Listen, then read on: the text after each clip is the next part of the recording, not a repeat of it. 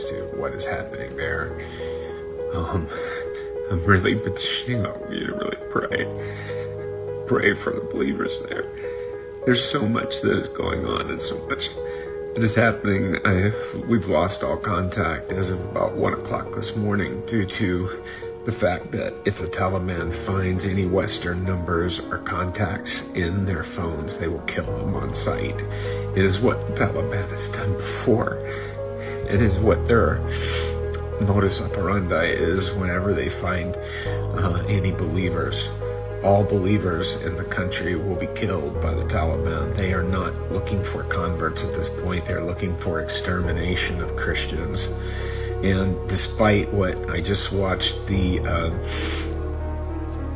of the Taliban leaders in Doha just give a talk on the BBC, and I'm telling you, these people are full of lies. They have no plan for good for the country of Afghanistan.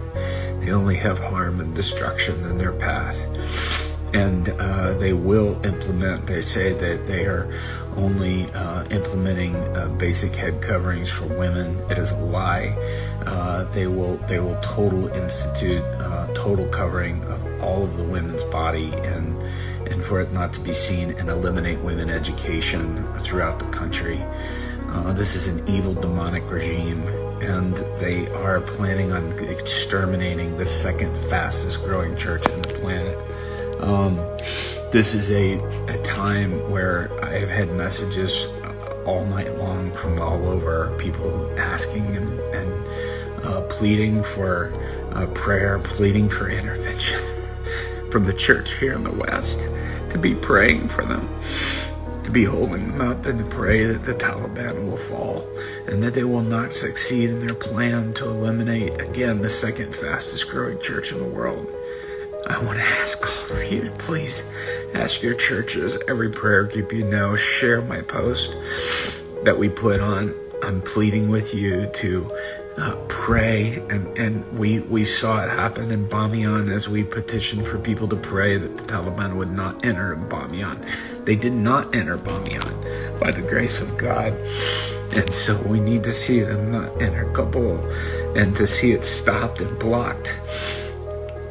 We also need to pray and uphold our brothers and sisters there who are going through such trauma and in fear of, they've already been persecuted so much. You have no idea how much they've already been through. People that every time when I was just there in January, working through so much pain of persecution from family.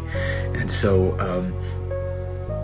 I want to ask you all to please be praying and get everyone that you can to pray for Afghanistan and for the church in Afghanistan.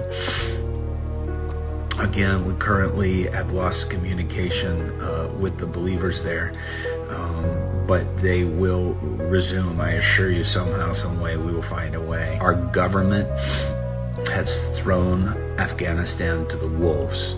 President Biden has thrown them to the wolves. And he pulled out everything you could see in my post on Instagram and Facebook, that he pulled out all of the support and therefore released and pulled out their backbone.